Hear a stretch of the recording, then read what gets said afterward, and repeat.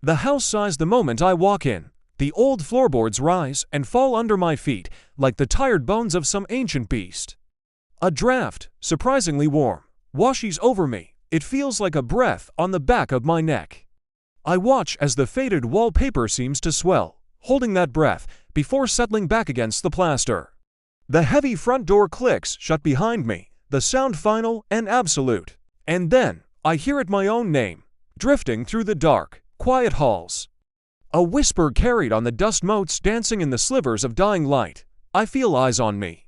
The portraits lining the hallway, their painted gazes shimmer, as if they're alive and watching my every move. The air is thick with the scent of old rain and damp earth, a smell that seems to rise from the very foundation. In the distance, a grandfather clock ticks, but it's not a steady, mechanical sound. It's a rhythmic beat, like a slow, deliberate heart. As I venture deeper, the lights begin to fade, one by one, and with each extinguished bulb, the house exhales a long, contented sigh.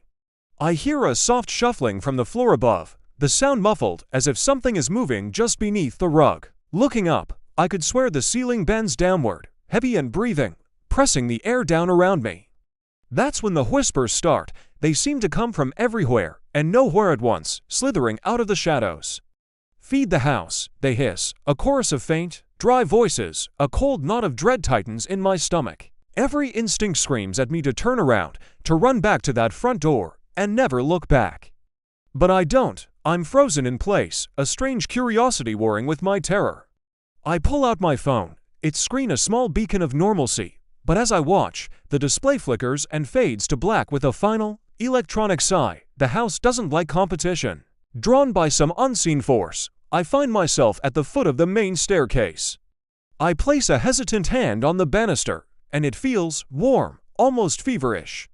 I take a step, and the wood beneath my shoe seems to rise to meet me, then rests again as I lift my foot. It's like climbing the ribcage of a sleeping giant. With each step, the house inhales, the sound deeper this time, more deliberate. The air grows heavy, charged. "Who's there?" I whisper, my voice barely audible. The silence that follows is thick and watchful, and then, a voice that is not a voice seems to answer. It doesn't come from one place, but from the walls themselves, the sound resonating through the wood and plaster around me. It says just one word: home. The feeling of being home doesn't last. I'm drawn towards the kitchen, a strange, sweetish scent pulling me forward. The room is dark, but the plates stacked by the sink glisten with a damp, unearthly mist. The knives in the butcher block seem to hum with a faint, restless energy. I jump as a wooden chair scrapes against the floor, sliding a few inches closer to the table, all on its own. I place my hand on the tabletop and feel it a slow, steady pulse, thrumming up through the wood into my palm. The peeling wallpaper on the far wall flutters, like the frantic movement of a throat trying to swallow. A window across the room suddenly clouds with condensation, fogging over from the inside, as if something hot and living has just breathed against the glass.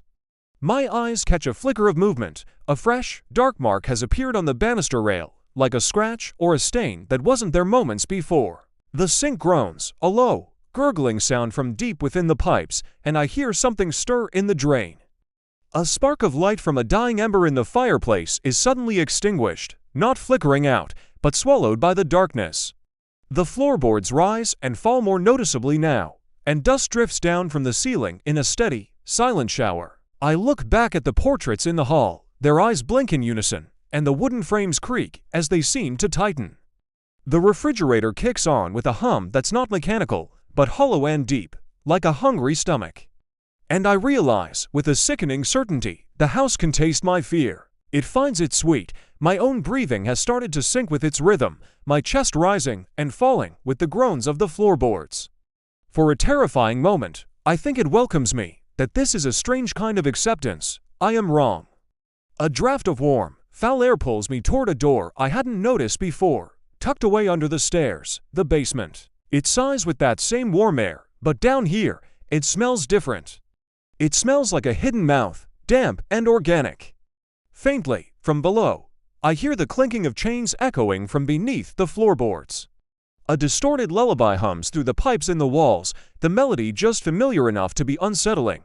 And then, my name again, closer now, whispered right behind my ear. I reach for the doorknob, and my fingers recoil. It's damp and slick, like a tongue. Against all reason, I turn it. I open the door. A wave of air breathes out from the darkness below. These stairs are different. Each step I take sinks under my weight, like I'm walking on soft, yielding ground. The darkness is so complete, it feels tangible, and the silence has a sharp, metallic taste to it, but it's not silent. There's a pulse thrumming through the concrete walls, a heartbeat growing stronger, louder. The house is no longer whispering, it's chanting. Feed the house, the pipes rattle. Feed the house, my voice trembles as I ask the question that's been clawing at my throat. With what? The stairs themselves seem to answer, the wood groaning and shifting under my feet to form the words. With you. Something shifts in the darkness behind me.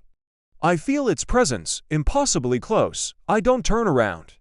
I can't. The house takes a long, deep, rattling breath, and my own lungs follow against my will. I inhale, my chest expanding, my breath stolen from me. I am breathing for it. A final, horrifying realization dawns on me as the darkness begins to close in. This isn't a house, it's a mouth, and it's been waiting to be fed.